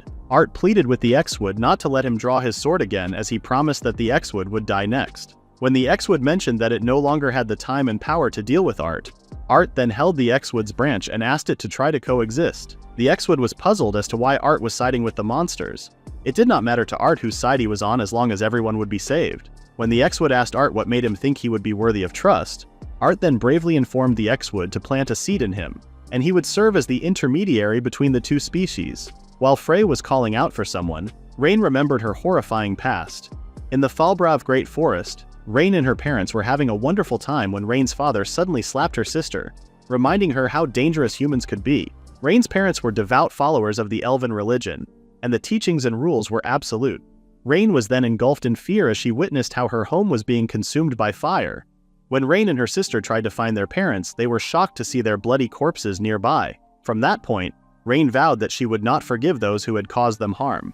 With no home to return to, Rain and her sister walked on, driven by the goal of destroying all monsters. After some time, Rain became known in the town and was frequently asked for her help. Not wanting anyone else to suffer, Rain then used her magic for the sole purpose of eradicating the monsters. When Rain visited the orphanage before, her sister pleaded with her to stop fighting. However, Rain was no longer listening and was only focused on killing more monsters. Rain then told her sister that she had finally found the monster that ruined their lives, vowing that she would kill all the monsters and not leave a single one alive. When the Xwood saw Art's resolve, it was impressed. However, the Xwood still refused Art's proposition. The Xwood explained that it had already accepted its place, and that there was no need to create unnecessary conflict. Sharing the truth with Art was the Xwood's way of showing respect for the resolve that Art had shown. When Art asked for the cause of the Xwood's weakening power, the Xwood revealed that a magician who had been relentlessly pursuing it for eternity was the cause of its diminishing strength. Listening to the Xwood, Art was able to deduce that the person the Xwood was referring to was none other than Rain. Hearing the rumbling sounds all around, Art immediately noticed that the fog surrounding them had vanished and that Rain was now flying. Rain asked Art to move as she planned to kill the Xwood. However, Rain didn't expect that Art would position himself between her and the Xwood. When Rain asked Art what he was doing, Art tried to make Rain understand that the Xwood did not come to their world to invade it, but Rain didn't care and still planned on killing the creature. Rain tried launching an attack but was immediately stopped by Art's sword skill. Rain warned Art to stop interfering as she did not want to create pointless corpses. Not expecting the power that Rain had, Art had to use his full strength just to block the attack. Art once again tried to make Rain understand that the Xwood did not intend to fight anyone and only wanted a place of its own. When Art asked Rain why she was so desperate to kill the creature, Rain revealed that it was the Xwood that killed her parents 463 years ago and burned down the forest they had lived in. The Xwood realized that Rain was referring to the Great Fire and understood that Rain was blaming it for the incident. Rain told Art that he was being too idealistic and that the world they lived in was born from conflict, a cycle that would always repeat, a never-ending conflict. The Xwood admitted that it was present during the Great Fire. However, it stated that it was not the one who set the forest ablaze. Rain's patience reached its limit as she increased her power, creating pressure that Art could feel. Rain then praised Art for keeping the Xwood in the forest, saying it had taken her some time to trace the magical residue. When the Xwood heard Rain, it assumed that Art had plotted to stall it. Displeased at having placed its trust in a human, the Xwood informed Art and Rain that it would now take their lives for meddling in its affairs. In just a matter of seconds, the entire forest shook as the Xwood unearthed its massive body, making everyone realize that it was a being no one could ever hope to defeat. Using its breath alone, the Xwood intimidated the humans who witnessed its full appearance. However, Rain was not fazed by it. As the X-Wood launched its attack, Rain cast her own spell called Imperial Water and launched it at the X-Wood, causing the creature to be blown away. However, the X-Wood still had so much power that it continued to attack Rain, making Art worry. As the battle became more intense, the tide seemed to shift in Rain's favor as she was not just blocking the X-Wood's attacks but also creating counterattacks. When Rain had cornered the X-Wood, she released a powerful spell called Dark Descent Great Waterfall. As Rain displayed the prowess of the world's strongest magician, she did not expect that the X-Wood would still try to attack after being drowned by her spell. However, Rain was able to block the attack and planned to end the X-Wood as she began setting up another powerful spell. Seeing the huge spell in the sky, Art wondered where the X-Wood had gone. Rain gave the X-Wood a chance to reveal itself, mentioning that hiding would not help it. Planning to draw out the X-Wood, Rain used the spell Rain of Condemnation and unleashed it all over the forest. Art, who was also in the forest, was trying his best to block Rain's attack. Seeing how Rain's judgment had been clouded by her rage towards the X-Wood, Art decided to stop Rain from destroying everything and hoped that Urk was safe somewhere. Meanwhile, Urk was also trying to look for Art while dodging Rain's spell. Just as Urk was about to get hit by Rain's spell, Frey appeared in the nick of time and blocked the attack using his spell Ice Blossom. When the two siblings finally met again, Urk asked what was going on. Frey guessed that Rain was fighting with the X-Wood. Sensing the magical essence, Frey also guessed that Art was there. Seeing his ice wall being broken, Frey could not believe the power Rain possessed, as his ice wall had never been broken by anyone other than Art. The others could only hope for Art's safety. Using his speed, Art was able to reach Rain's blind spot. However, Art's attack was easily blocked. Art pleaded with Rain to stop, but Rain only told Art not to get in her way. Casting another spell, Rain successfully drew the X-Wood out, as it launched a counterattack. However, Rain easily sliced through the X-Wood's attacks. Using a high detection spell, Rain was able to locate the X-Wood's whereabouts and charged right at it. To her surprise, Rain did not expect Art to block her attack. Puzzled, the X-Wood asked Art what he was doing. Rain informed Art that killing the X-Wood would be her salvation, and that her actions would save many lives. However, Art did not see it that way and could only foresee destruction from Rain's plans. Rain then told Art that her actions would also be salvation for him, as she believed that the X-Wood had corrupted him since he was now putting the things he wanted to protect in danger. Art clarified to Rain that he had not been corrupted, and that he simply could not stand by and watch people fight or get hurt. As Rain continued to release her spells, she noticed how Art was slashing through all of her spells with high precision, leading her to believe that Art might be stronger than an ordinary swordsman. As Art's self-righteousness began to annoy Rain, he mentioned that being righteous was his way of keeping his promise to someone important to him, that he would never lie again. Rain was surprised when Art used enhanced magic. Seeing that the weapon is an electrification type, Rain knows that letting her guard down would mean that she would be completely paralyzed. As Art tried to attack Rain's back again, Rain felt underestimated since Art only used a scabbard for his sneak attack. Rain explained that the reason why Art's attack was not reaching her was because of the spell Causality Magic. It is a spell that Rain had set up with a condition to fight monsters with her own blood. The strength of Rain's resolve makes the spell stronger. Upon learning that the spell itself would lead to Rain's certain death, Art asks Rain why she would go that far. Rain revealed that it was her vow to kill all monsters and whoever got in her way would be eliminated. When Art was told that he is forcing his kindness on others, Art admits that it may be the case. However, his kindness was also his resolve and he will keep showing kindness as long as people can be saved by it. When Urk and Art finally meet up, Rain then tells Art to prove his kindness to her by protecting the people he cares about. As Rain launched an attack towards Art and the others, they did not expect the X-Wood to get in between them and block the attack. Art smiles as he had finally convinced the X-Wood of his resolve. Seeing how the X-Wood and Art were protecting each other, Rain thought that they were selfish. After losing so much, Rain asks why the X-Wood has to survive. Art understands that Rain is only fighting monsters for the sake of world peace. But he also knows that Rain was just trying her best so that she wouldn't lose the people she cares about. Rain had fought so many monsters, losing so many of her comrades in the process. Standing in front of a graveyard, Rain asks the person named Karen how long she has to fight. Karen responded that their fight will never end since it is a fate that they cannot escape from. Art tells Rain that she no longer has to fight, but Rain believes that it is already too late for her. Rain tells Art that he would have to kill her for her to stop. The X-Wood thought that killing Rain was something inevitable, releasing its roots from the ground. Art then asks Frey to set up his maximum defense and reassures Urk that he would definitely return to her. The three strongest beings then used their powerful spells, with Art using his body strengthening, Rain with her judgment water, and the X-Wood its tree prison mountain. The three spells caused a huge explosion. As the forces clashed with each other, Art and the others were shocked when a black hole appeared in the sky. While the others were confused as to what had happened, Rain explained that the flow of mana had been disturbed and that the energy field might have been warped by a large force. Everyone became alarmed as the sky turned to darkness. When Art asked Xwood for an explanation, Xwood could not respond to Art's question, as the creature itself wondered why the world they were on was now being distorted. The whole place was filled with multiple disasters, including tornadoes, heavy rain, and countless crows appearing from nowhere. Xwood mentioned that the disaster that destroyed its world had come to Art's world. Still shocked by what they were seeing, Xwood immediately took action and used its powers to attack the black distortion in the sky. When Art asked Xwood what it was doing, Xwood responded that they still had some time as their new enemy was still charging. By creating another singularity, Xwood believed that they could counterbalance the distortion that had appeared. Xwood was not sure if what they were doing could create a counterbalance, but he hoped that their efforts would succeed. Out of nowhere, an attack hit Xwood. Rain then accused Xwood of creating the illusion. Art tried to convince Rain to stop fighting and said that they would have to work together.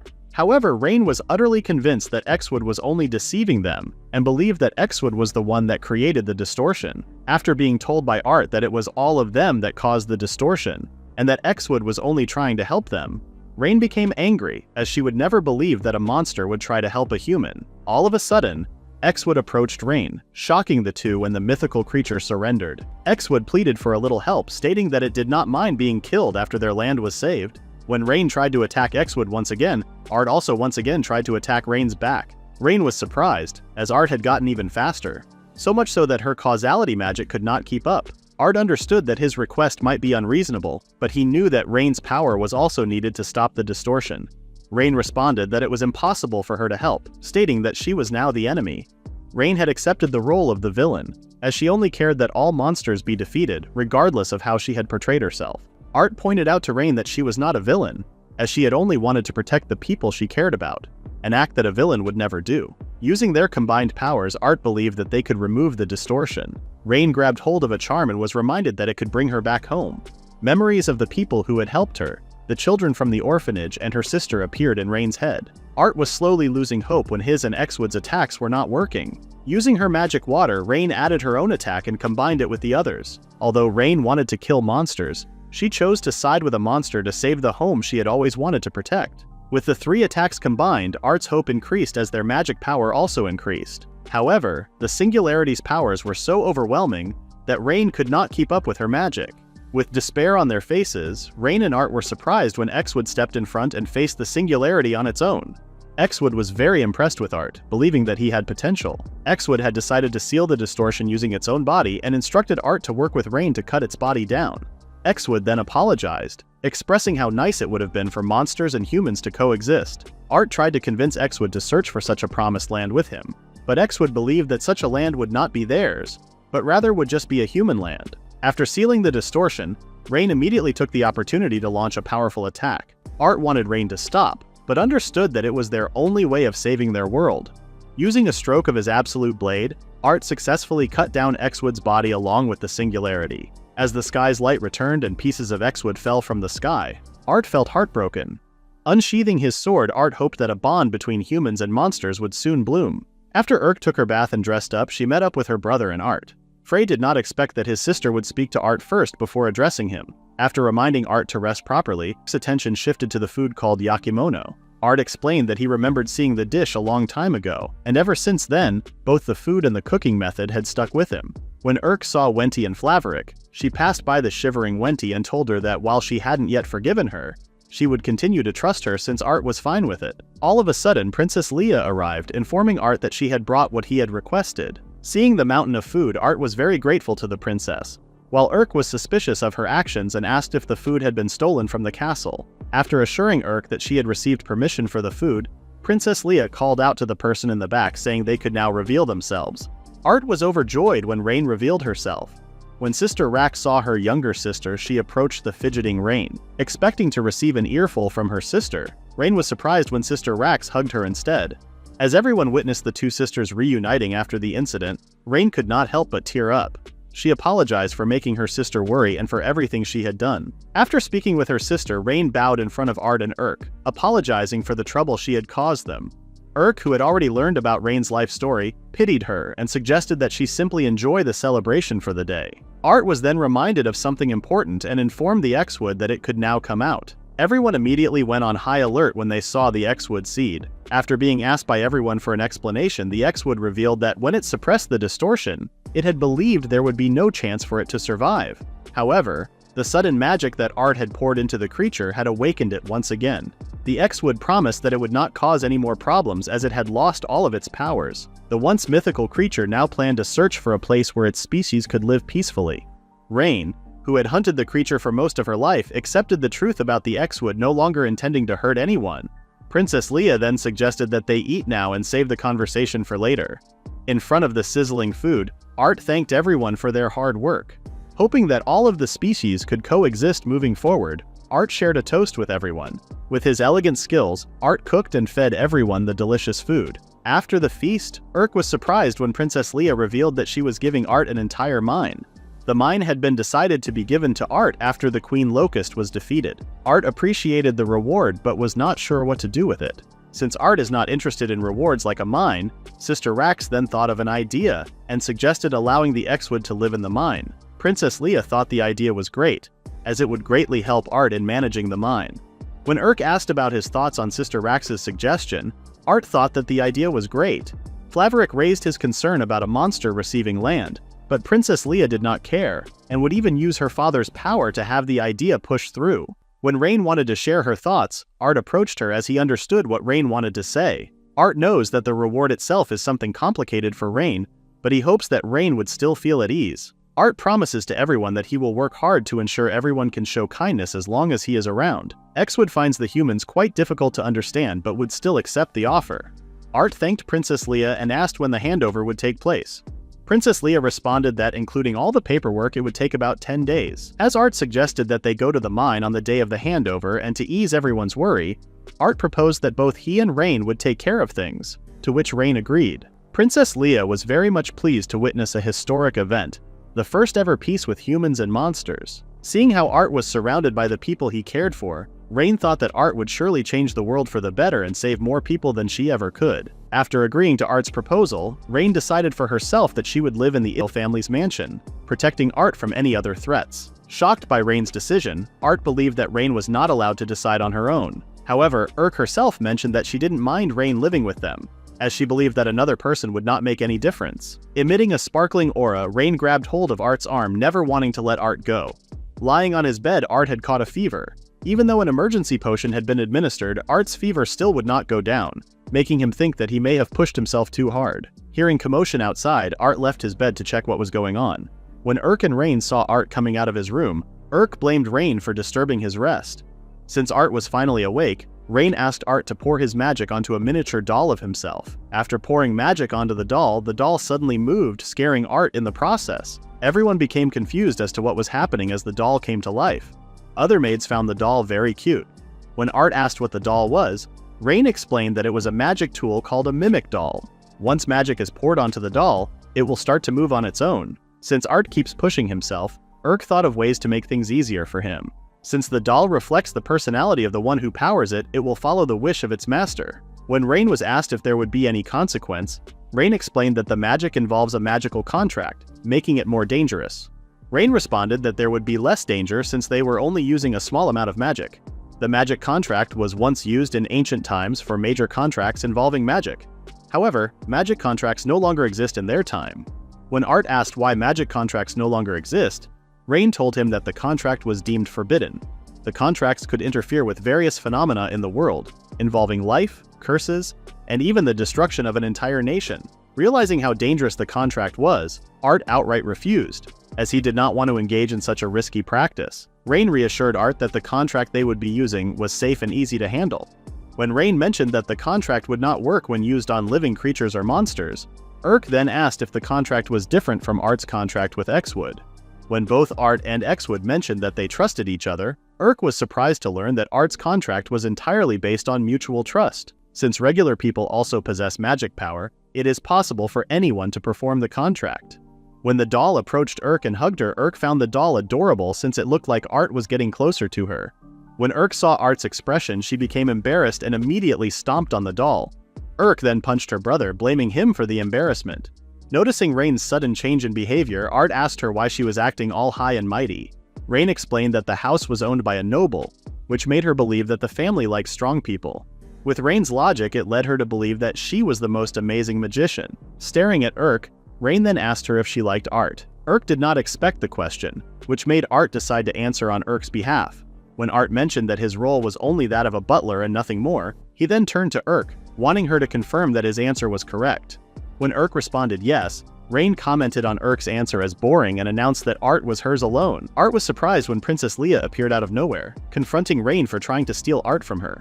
Urk then clarified to Princess Leia that Art was not hers, and then told her grandfather not to let anyone else in. Art started to feel dizzy as the three women began pulling him towards themselves. When Urk heard someone screaming, she was surprised and asked what had happened. The maid explained that when she poured magic, the doll suddenly broke a vase. After Ramon told the maid that they could just buy another vase, he was startled when he heard someone scream again. Ramon was shocked when he learned that his precious bed had been destroyed. Seeing the commotion that the dolls were causing, Urk ignored her brother, who was also being beaten up by the dolls, and instructed everyone to find the other dolls. It then occurred to Rain that if someone who did not have good magical control used the doll, it could go out of control. Before leaving, Urk ordered Rain to deactivate the dolls.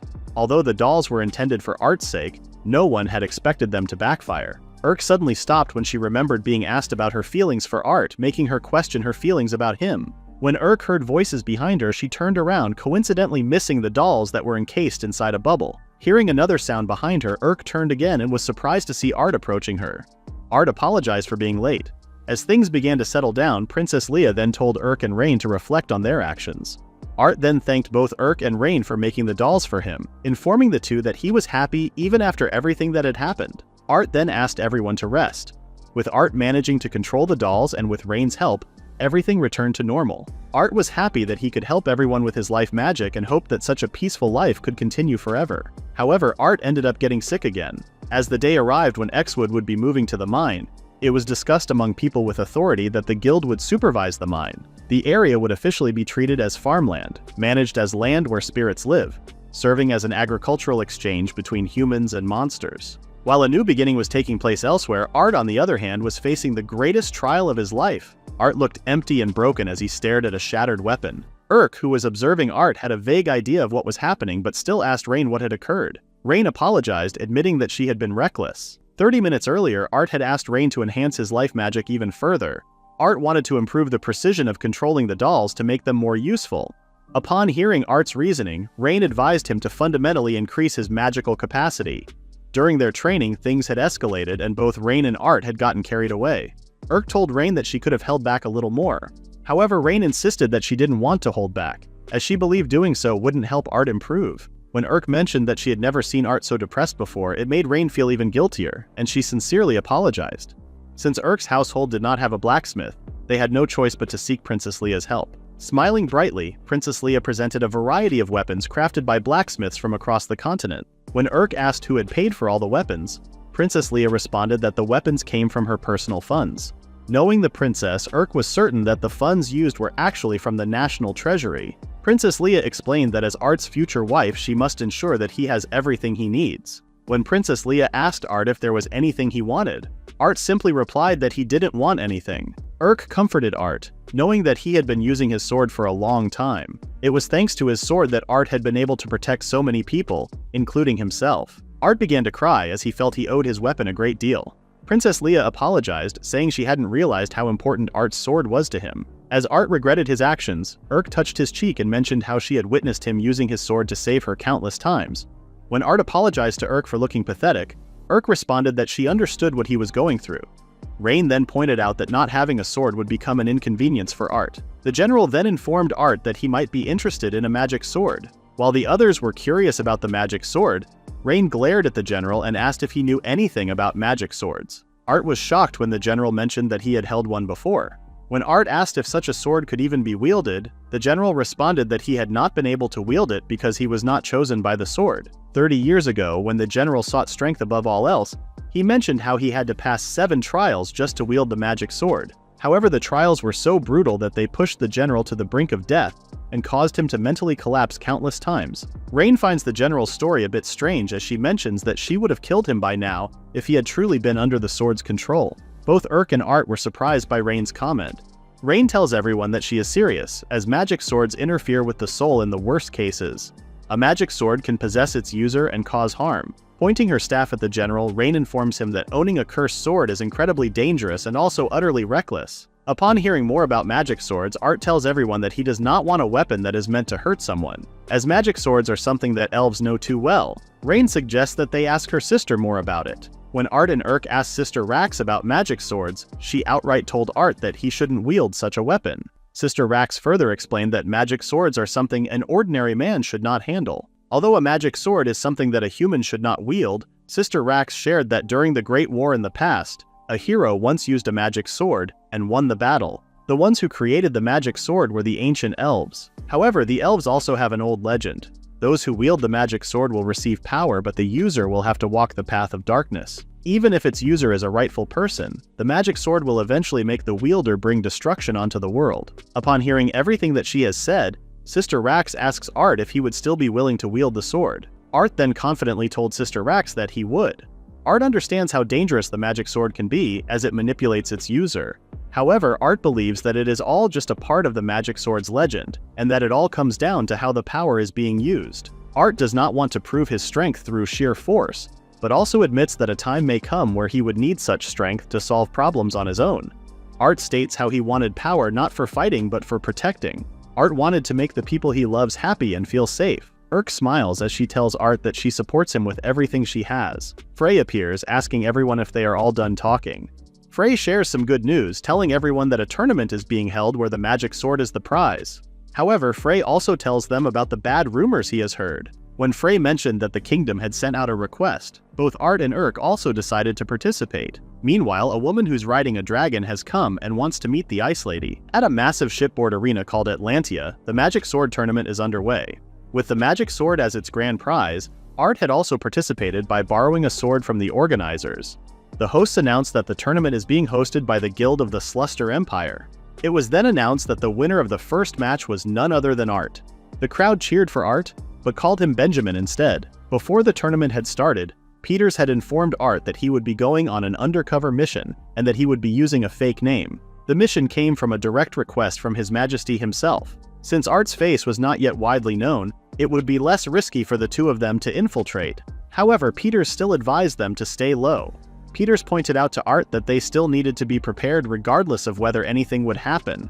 The magic sword is a symbol of immense power, possessing the ability to reshape the world entirely. After Peters mentioned the danger of the weapon falling into the wrong hands, Art began to worry and asked Peters if they were truly the right people for the mission.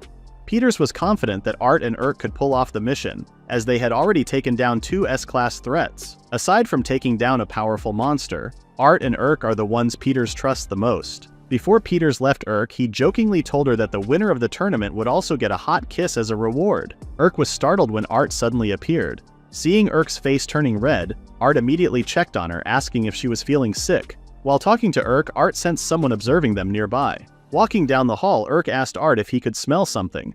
Confused, Art promised Urk that he had already taken a bath. To Art's surprise, he bumped into Rain. Art had thought that Rain would be on watch. Rain then told Art that she had followed them because she was worried about their safety, pointing to Urk and mentioning that Urk was weaker than her.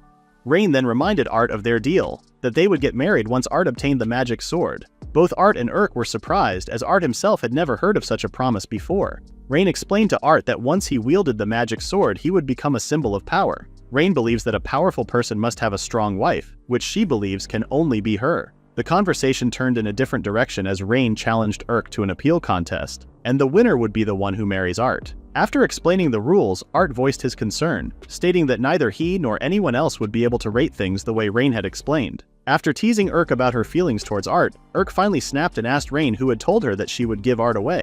Urk became competitive and ordered Art to stay silent and simply watch the battle between the women. The two women then played a game of rock, paper, scissors, which led to Rain winning the game. After portraying her appeal to Art, Urk became intimidated.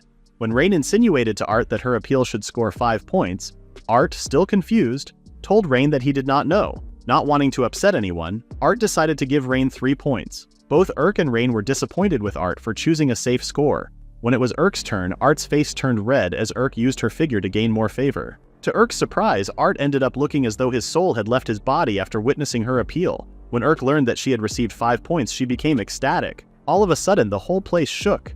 It was then announced that the ship had collided with a submerged reef. Before Art could react, it was already too late as water had begun flooding their location.